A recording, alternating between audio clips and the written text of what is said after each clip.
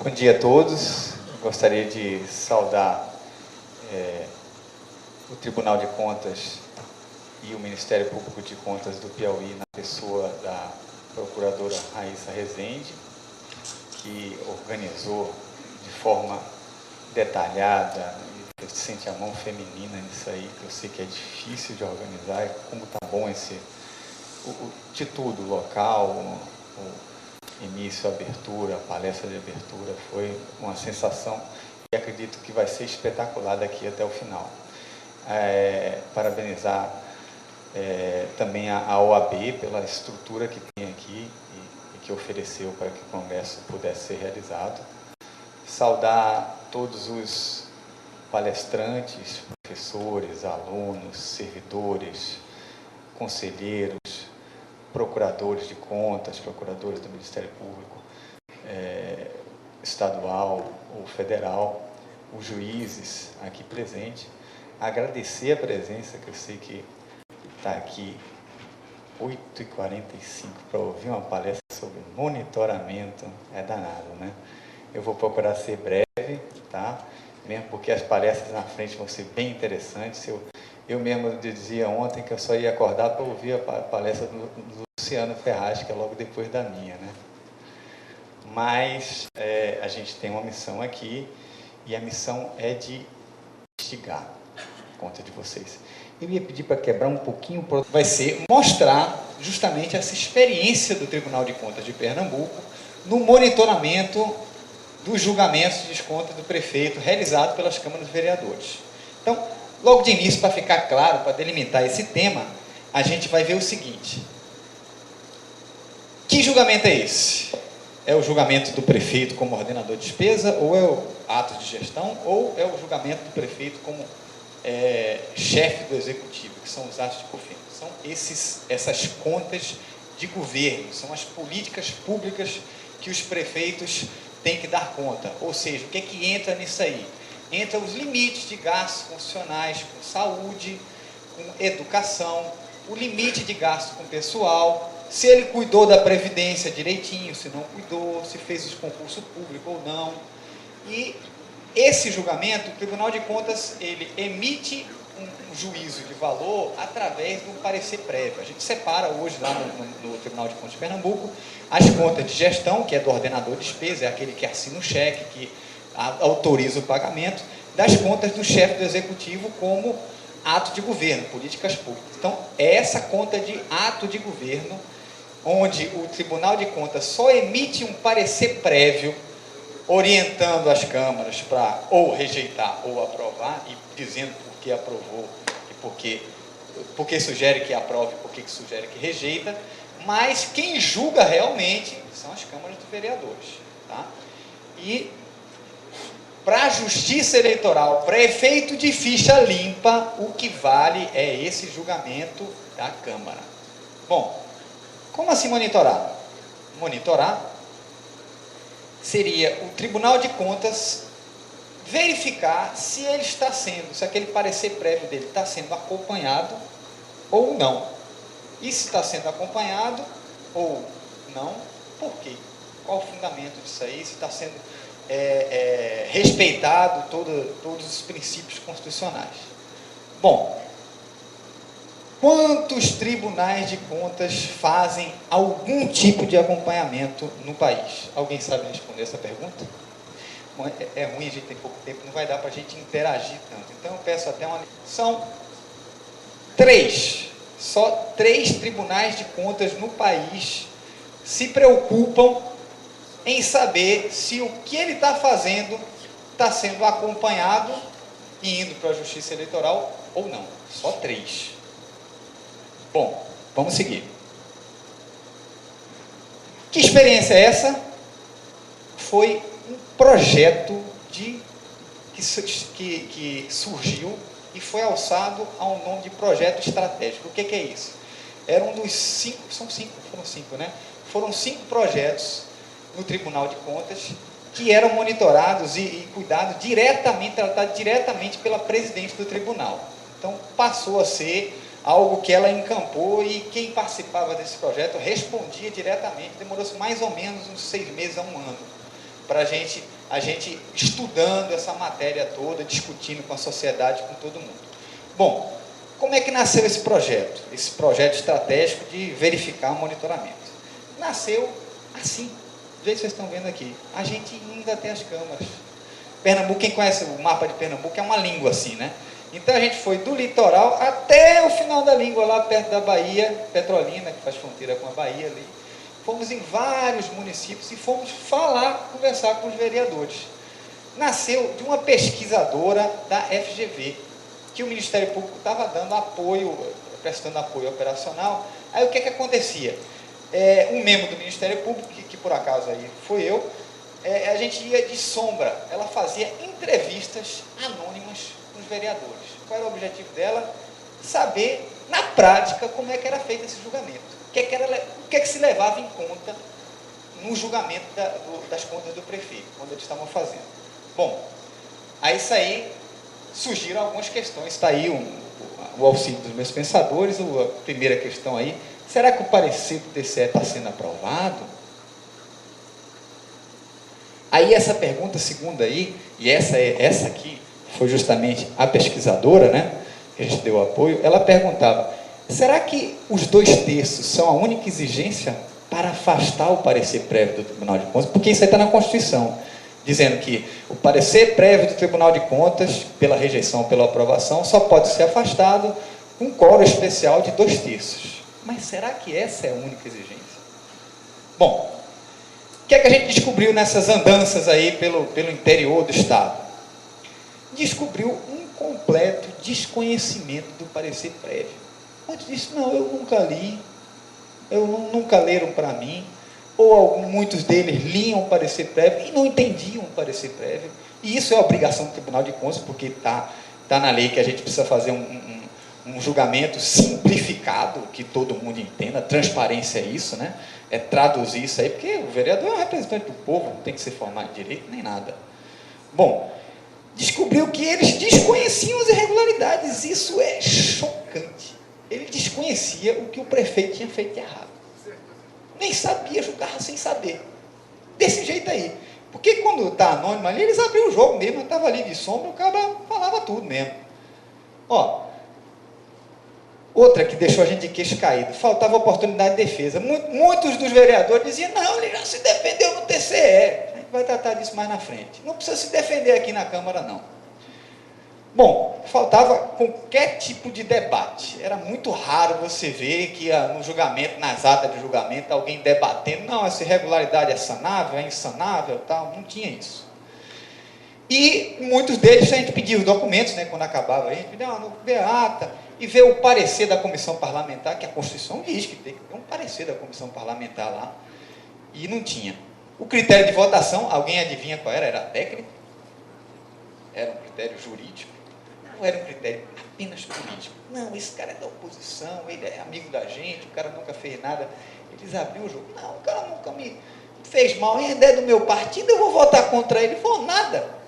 Bom, e para mim o mais grave era a falta de fundamentação. Como a gente viu no videozinho ali, não é só se dizer sim ou não, né? Ele tem que dizer por que está aprovando, por que não está. E não tinha, a gente não viu isso lá. E para a Justiça Eleitoral, o que está valendo, o TSE já bateu o prego e virou a ponta dele. É o julgamento da Câmara dos Vereadores. Pouco importa que o Tribunal de Contas tenha condenado o prefeito como aqui também era ordenador de despesa, o tribunal julga sozinho. Pouco importa para o tribunal, para o TSE. O que vale mesmo é o julgamento das câmaras. As câmaras de vereadores não sabem o poder que têm. Não sabem o poder que têm. E o vereador inteligente vai entender aonde é que eu quero chegar. Vamos lá. A Justiça Eleitoral, como ninguém tratou das irregularidades, vai ficar não só cega, mas com um saco na cabeça. Sem saber o que está fazendo. Entendeu? Ficha limpa, para quê? Se vai passar uma borracha ali na Câmara de Vereadores. Bom, projeto de monitoramento. Quais os objetivos desse projeto da gente, que tem até a procuradora Germana Laureano, está aqui na frente, participou com a gente lá desse projeto, que foi muito bacana. Bom, primeiro verificar se há alguma possibilidade de a gente acompanhar esse julgamento. Será que é possível acompanhar? Será que é lícito, é legal a gente acompanhar isso aí? Depois, evitar o julgamento que é apenas político, né? O terceiro, dar maior efetividade da decisão do tribunal. Por quê? Porque se o tribunal trabalha e no final apaga uma decisão do tribunal, vai acabar sendo inefetivo e não é isso que a gente quer.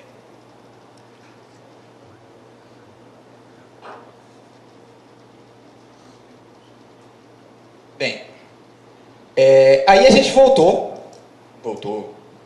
para debater com a sociedade. Aí, está no exemplo aqui, a nossa procuradora-geral aqui, Germana Laureano, eu, presidente da UVP, União de Vereadores de Pernambuco, bem atuante, a UVP lá, faz inclusive parte do Fórum da Corrupção.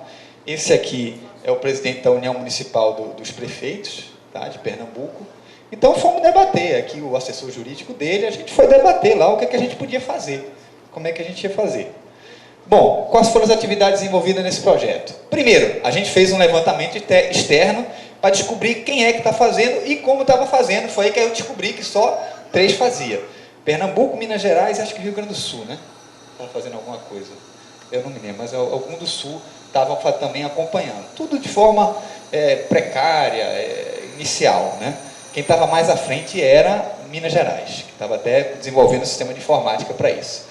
A gente debateu com as entidades e com a sociedade para chegar a uma conclusão do que estava acontecendo e solicitamos e analisamos todos os regimentos internos dos 184 municípios, né?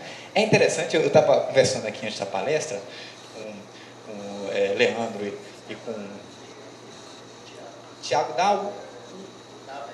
da VEP, e a gente debatia de que o Código de Processo Penal ele tem 800 artigos, o Código de Processo Civil tem 1.200 e poucos. Você sabe quantos artigos tem no Congresso Nacional falando sobre esse julgamento? 2. Só 2. Tá? É uma coisa que precisa, um julgamento importante, né? Vai para ficha limpa. Só tinha 2.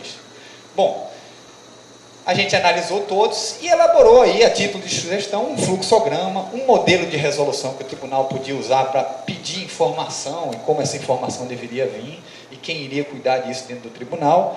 Elaboramos também, a título de sugestão, um modelo de um regimento interno com o mínimo que tivesse que ter para cumprir todos os princípios constitucionais.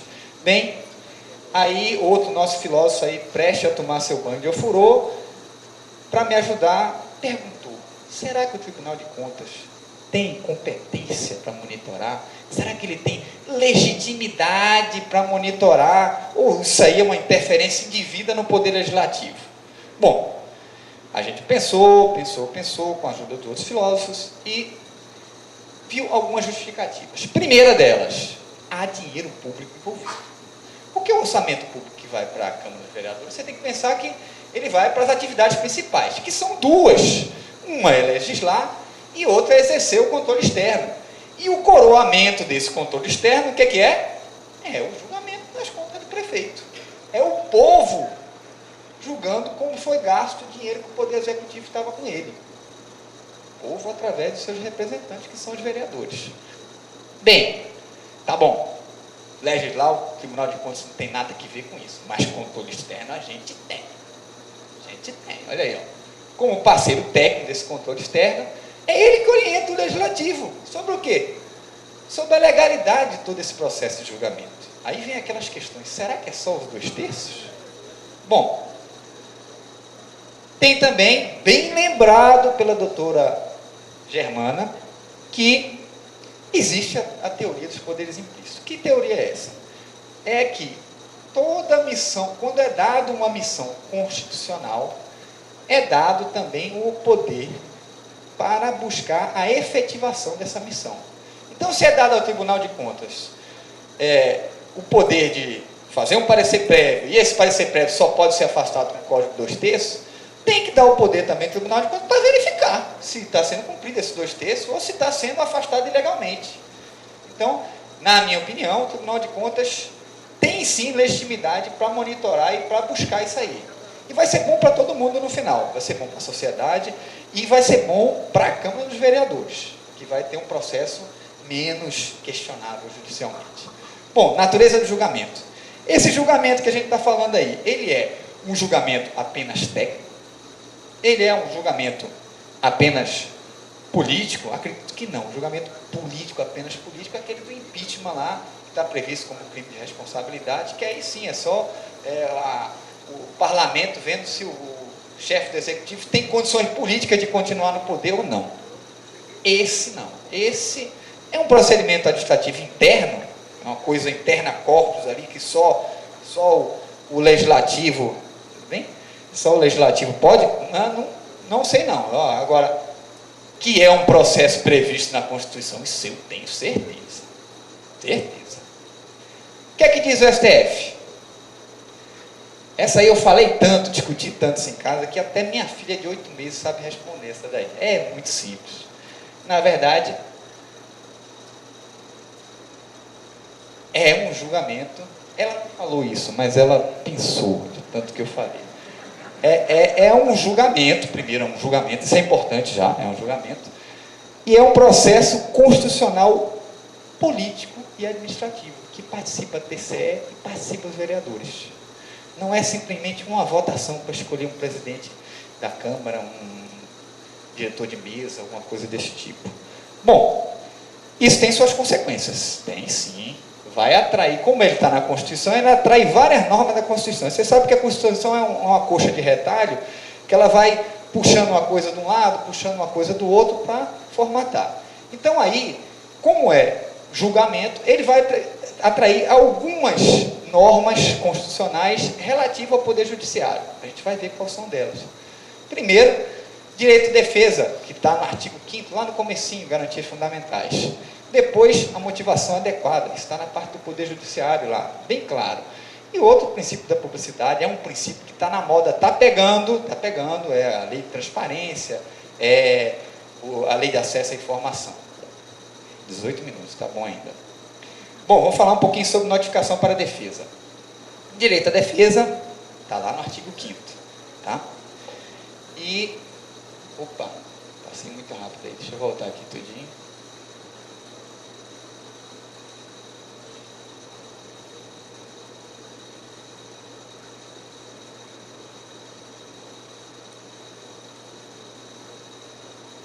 Bom, vamos lá. Desculpem a nossa falha. Bom, ampla defesa.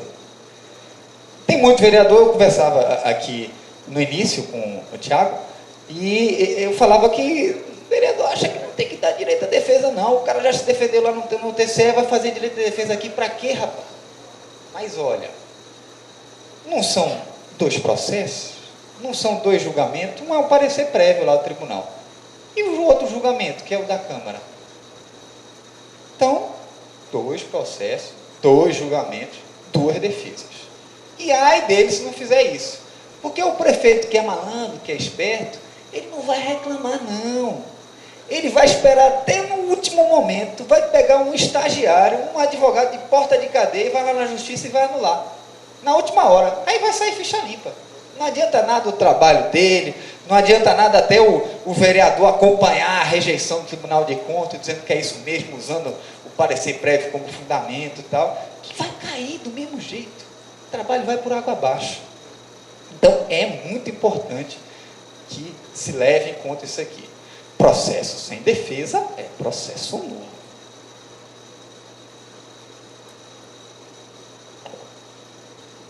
Bom, fundamentação adequada. Que diabo é isso? É o conteúdo, a justificativa, o porquê dele estar aprovando, porquê que ele está rejeitando. Há quem diga que isso aí faz parte do direito da defesa. É mais do que isso. É mais do que isso. Isso aí é uma resposta, é um direito da sociedade, do povo que está pagando imposto, de saber por que a conta daquele camarada está sendo aprovada, por que ela está sendo rejeitada, por que aquelas irregularidades levantadas foram apagadas ali daquele jeito. Então, é muito mais do que o direito à defesa. É uma resposta, é um feedback para a sociedade, tá?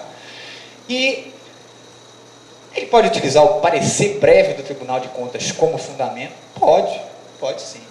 E ele pode contrariar o parecer prévio, desde que faça com 2/3, não tem problema. O que a gente queria lá não era só que o Tribunal de Contas fosse sempre acompanhado, não. Agora queria que toda vez que fosse, não fosse acompanhado, se justificasse, dizer, não, por que não acompanhou? Por que essa irregularidade aqui, esse hospital que ele disse que construiu aqui, que a gente não viu hospital nenhum, por que o pessoal está dizendo que construiu? Então tem que justificar. Tá? E sou eu que estou dizendo isso? Não. Isso está num livrinho aqui, ó, que é a Constituição Federal. Eu vou até abrir aqui a parte do Judiciário, que é um artigo meio perdido. Eu vou ler aqui para vocês, espera aí. Uma Constituição bem pequenininha para mim aqui. Bom, artigo 93, inciso 9.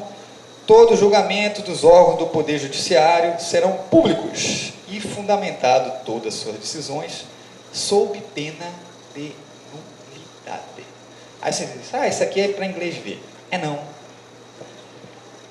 Não, porque o Tribunal de Contas lá, verificando, analisando, a gente fez umas pesquisas, escolheu alguns casos mais escabrosos lá, e verificou, por exemplo, que a Prefeitura de Araçoiaba tinha nas contas de 2001 e 2005, que tinham irregularidades completamente diferentes e absurdas. O tribunal rejeitou e foi lá, eles aprovaram. E aprovaram, justificaram. Justificaram com o quê? Dizendo que era de acordo com a lei tal, a lei tal. A mesma justificativa, parecia um carimbo, assim, para 2001 e 2005. Aí o que o Ministério Público de Contas fez? Fez uma representação para o Ministério Público Estadual, e o Ministério Público Estadual preparou uma coisa inédita. Pasmem, inédita. Nunca existiu uma decisão dessa. Vai ser a primeira no país. O Tribunal de Contas, através do Ministério Público, provocando a anulação de um julgamento de conta de prefeito. Essa decisão deve sair agora, dia 31, porque a juíza teve uns percalços aí, está saindo de férias, mas tudo indica que vai sair no sentido de anular. Por quê? Por falta de fundamentação adequada. A jurisprudência diz que fundamentar de forma inadequada equivale a não fundamentar, dá no mesmo, tá? Então vai sair, estamos aguardando ansiosos essa decisão. Eu vou até pedir depois para que sair que a Ampicom publique no nosso site lá, para vocês puderem ter acesso a isso, aquele artigo que eu vi. Publicidade. Bom, sessão pública. A gente viu lá que tinha muita sessão secreta e não tinha previsão no regimento interno. Tinha muita sessão. Não cabe hoje uma conta que vai ser julgada para a população ser julgada em sessão secreta, né? E os votos também tem que ser nominais e abertos. O cara queria, não, para me proteger, eu vou fazer o meu voto secreto. Não, ele tem que ir lá para a tribuna para o povo ver como é que ele está se posicionando. Se ele está aprovando, se está rejeitando, e por que está aprovando, por que está rejeitando a conta do prefeito. Porque, gente, olha, voto secreto, isso é publicidade enganosa. Voto secreto, sessão secreta, isso é coisa de ditadura, não é coisa para gente que está com lei de transparência, para gente que está com lei de acesso à informação, tá fazendo as coisas escondidas, não. Aí, como eu disse aqui, votação secreta é publicidade enganosa, igual aqui o nosso Cuidado com o Cão, e na verdade tem um simpático bodezinho lá, e botei isso aqui em homenagem ao site do Facebook, lá, o Bode Gaiato, não sei se quem conhece, tá, faz um sucesso em Recife, eu adoro. Bom, vamos lá. Fase de monitoramento. Como é que a gente vai fazer esse monitoramento? Eu dividi didaticamente assim, em 3 fases para explicar rapidamente. O tempo é muito curto, a gente vai dar só uma pincelada. A primeira fase é de encaminhamento de documentação. O que o Tribunal de Contas vai enviar para as câmaras, como vai enviar, e o que ele vai solicitar das câmaras para fazer esse monitoramento. A segunda é prazo de julgamento. Tá bom. Lá em Pernambuco, a gente tem, lá na Constituição Estadual, embora de questionável constitucionalidade, um prazo de 60 dias para que todo mundo julgue. Mas os regimentos internos adotaram também, vários regimentos internos de Câmara adotaram esse prazo de 60 dias para fazer o julgamento. Que dá para fazer, a gente já viu vários julgamentos serem cumpridos nesse prazo. Tá? E a gente monitora esse prazo. Tinha Câmara lá que estava apenas 17 anos sem julgar as contas que o Tribunal de Contas mandou para lá. E não é um prazo razoável, 17 anos, né? Não é possível que eles tenham tanto trabalho. E a gente vai verificar a conduta da Câmara também, como é que está sendo esse julgamento. Bom, vamos lá.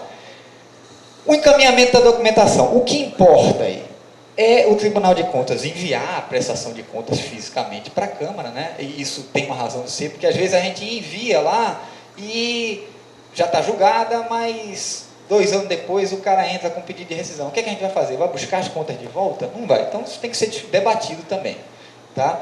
A gente envia também um parecer prévio ao Tribunal de Contas. E o que é que a gente pede de volta? A gente pede que o Poder Legislativo mande a notificação para a defesa, que mesmo que ele acompanhe, se acompanhar no direito da defesa, a decisão é nula. Tá? Parecer da comissão das câmaras. A comissão da Câmara tem que dar um parecer lá técnico dizendo como é que deve votar. A ata da sessão, para a gente ver se houve debate, se não houve, como se posicionou cada um. E um decreto legislativo ou resolução justificando, fundamentando aquele voto pela rejeição ou aprovação. Além, lógico, da prova da publicidade.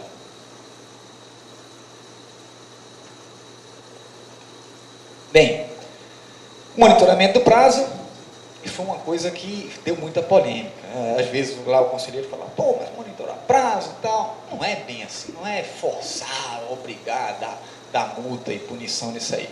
Era o seguinte, analisar a justificativa para o atraso. Vamos dizer lá, a conta está 3 anos, 2 anos lá, e essas justificativas são razoáveis? São. Então a gente vai, assina um novo prazo, lá, tá, procura fazer isso aí. Tá, a gente está na função de colaborativa, a gente está criando uma cultura de julgamento. Criando uma cultura de julgamento dentro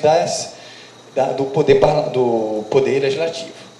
E se ela for desarrazoada, o que a gente faz? A gente manda uma representação para o Ministério Público Estadual. Para quê?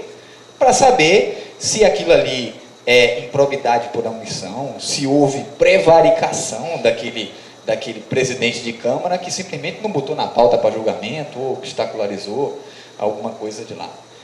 E outro filósofo aí explicando aí, dando uma amostra do que pode ser o atraso de julgamento. Tem gente que gosta de chegar atrasado, gosta de fazer tudo atrasado aí, né? Bom, gente, a gente está chegando bem perto aqui do final. Se chegar, eu vou adiantar umas coisas que não ia dar tempo de falar, eu vou falar. E vamos ver o monitoramento do prazo, como é que ele é feito.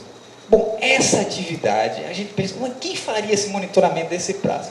Eu acho que é uma atividade mais facilmente desenvolvida pelo Ministério Público de Contas. Vou puxar a sardinha para o meu lado? Não, porque veja só, a gente, em vários estados, a gente já realiza esse monitoramento da cobrança das multas e dos débitos.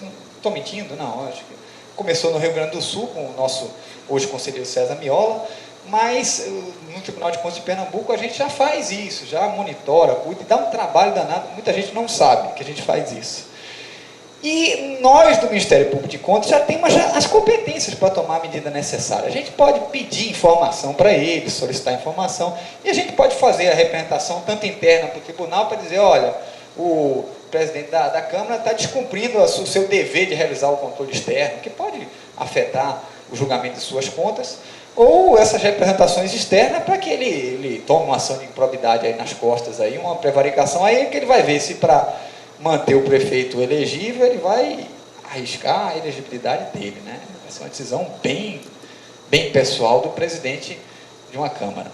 Bom, verificação da conduta, o que é que a gente vai ver? Primeiro, enviou toda a documentação? Enviou, não enviou? Se não enviou, por que não enviou?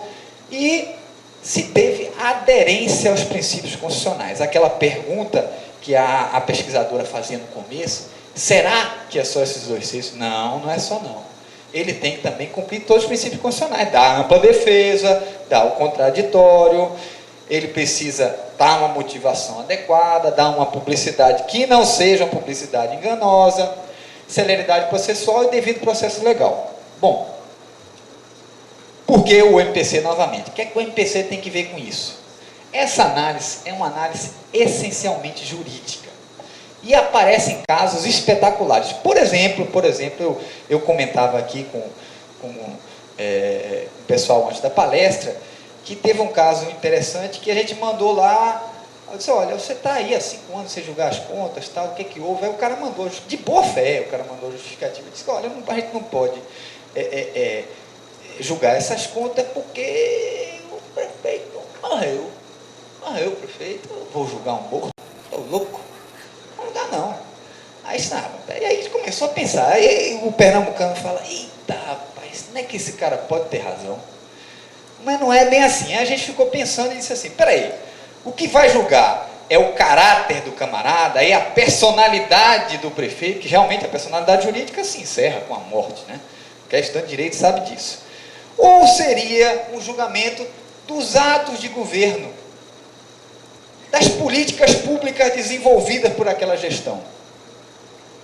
Tá certo, o prefeito não vai ter a punição, mas será que a punição, a inexigibilidade daquele mau prefeito, seria a única razão de ser de todo o controle externo? Ou será que nesse julgamento também tem algumas recomendações a ser seguidas pelo próximo? E o povo não teria direito a saber disso? Bom, a posição do Ministério Público nesse caso, polêmica, até eu lembro que a gente discutiu com o conselheiro Cláudio Terrão, lá, conselheiro que muito respeito, muito preparado, foi contra, ele acha que realmente não precisa julgar. A gente achou que deveria julgar e foi encampado. A Câmara dos Vereadores começou realmente a julgar o prefeito Moura. Aí fazia o quê? Chamava quem? Chamava o espólio dele, fazia um chamamento público para a defesa, porque pode ter um patrimônio político envolvido nisso aí. 10 minutos, tomei um cartão amarelo ali já. Pode ter um julgamento político envolvido, pode ter uma herança política que alguém queira defender, um secretário, ou um filho dele que vai querer se candidatar, ele tem interesse lá em defender a gestão. Mas está defendendo os atos de governo, a gestão. Não está defendendo se o prefeito era honrado, não é a personalidade dele, não. Bom, outra coisa, competência do MPC. A gente já tem as competências, como eu falei, para fazer representação interna ou externa. Por isso, a gente seria, nós, o setor do Tribunal de Contas, se é que eu posso chamar assim, o STF infelizmente tem entendido assim, né? É o Ministério Público de Contas que deveria fazer isso. Tá? Os resultados indiretos obtidos. Isso não foi previsto, não. Foi comemorado, mas foi imprevisto. O que é que aconteceu durante esse processo de pesquisa, debate com a sociedade? A presidente encampou, ia lá na imprensa, falava, combatia, como ela gostava de chamar voto político. Não é bem assim, presidente, não é voto político. Mas não, mas pega na mídia, voto político. Tá bom. Aí, resultados indiretos. Bom, de março até setembro de 2002, 264 julgamentos foram informados. Estavam lá, muitos deles não julgavam, ou até estavam julgados, mas não informavam o tribunal. Eles começaram a informar. Desses aí, olha só, que bacana, 72,34 acompanharam o posicionamento do TCE, que é um posicionamento sério, técnico e tal, foi acompanhado. Antigamente, sabe qual era esse índice? Que a gente acompanhava também. Era só de 44%. Aí você diz, e tem o contrário, tem uma hora que a gente pede a rejeição e os caras aprovam, mas tem uma hora que é pior ainda, a gente aprova lá com ressalva, tá, ou sem ressalva, e os camaradas por voto de sim não rejeitam, e o cara vai ser ficha suja. Eu não acho isso justo também, né? Bom, além disso, teve uma fortíssima repercussão na mídia local e foi na mídia nacional, foi para Correio Brasiliense, foi em outros locais. Aí isso é uma coisa nova que eu acho que podia muito bem ser encampada por qualquer um de vocês, tá? É só uma ideia, é a questão aqui isso aqui é um novo desafio. Como é uma coisa nova, há sempre restrições, a mal interpretação disso aí, tem que ser uma coisa muito debatida e é difícil, muito difícil você implantar. Vocês têm ideia, a gente propôs uma resolução, até hoje o conselho não decidiu, até por questões políticas, né? Porque às vezes fica pensando, mas será que isso vai dar certo, será que não vai? E o Ministério Público muitas vezes é comparado com aquele elefante, mas não um elefante africano, tá? Mas aquele elefante da musiquinha de criança, né? Um elefante incomoda muita gente. E aí, será que a gente vai incomodar tanta gente assim? Mas eu acho que vale a pena a gente ingressar. É um mundo completamente novo. Vocês vão ver casos que deixam de queixo caído. Por exemplo, uma das câmaras, foi até, acho que foi para o Gilmar, foi para a Germana, que a Câmara chegou lá e disse, não, eu não julguei realmente faz 10 anos, mas já está aprovada. Está aprovada como? Não, porque no nosso regimento interno diz que se passar os 60 dias e a gente não julgar, está aprovado por decurso de prazo. E, porra, rapaz, ganhamos por WO, Não é bem assim, pô. Ele não pode se desincumbir do dever constitucional de realizar o controle externo por uma deliberação da própria Câmara, ele se autoliberar desse controle externo. Não é bem assim. Então, vê muita coisa. Eu vou deixar aqui para vocês essa última mensagem aí. Realmente eu não tenho certeza se foi de Bill Gates, porque eu peguei na internet. A internet, vocês sabem o que eles fazem, né? Mas é uma mensagem bacana. E fica aí, já que a gente está tratando aqui de um novo desafio, de uma coisa completamente nova, e estamos colocando aí a ideia para receber crítica, pedrada, e ver se alguém aperfeiçoa e implanta de vez, que vai ser bom para toda a sociedade, para o Ministério Público, para o Tribunal de Contas. É uma coisa que une, a gente vê tanta arenga, né? O Ministério Público brigando no Tribunal de Contas no país inteiro e tal. Quem sabe essa coisa serve para unir um pouco a gente, que a gente está indo no mesmo sentido, né? Bom, eu vou deixar aqui, são 36, tem 4 de lambuja, vou cobrar nas perguntas, viu? Desculpem a informalidade, eu sei que é um congresso seríssimo e tal, mas às vezes ajuda a passar a mensagem, tá ok? Muito obrigado.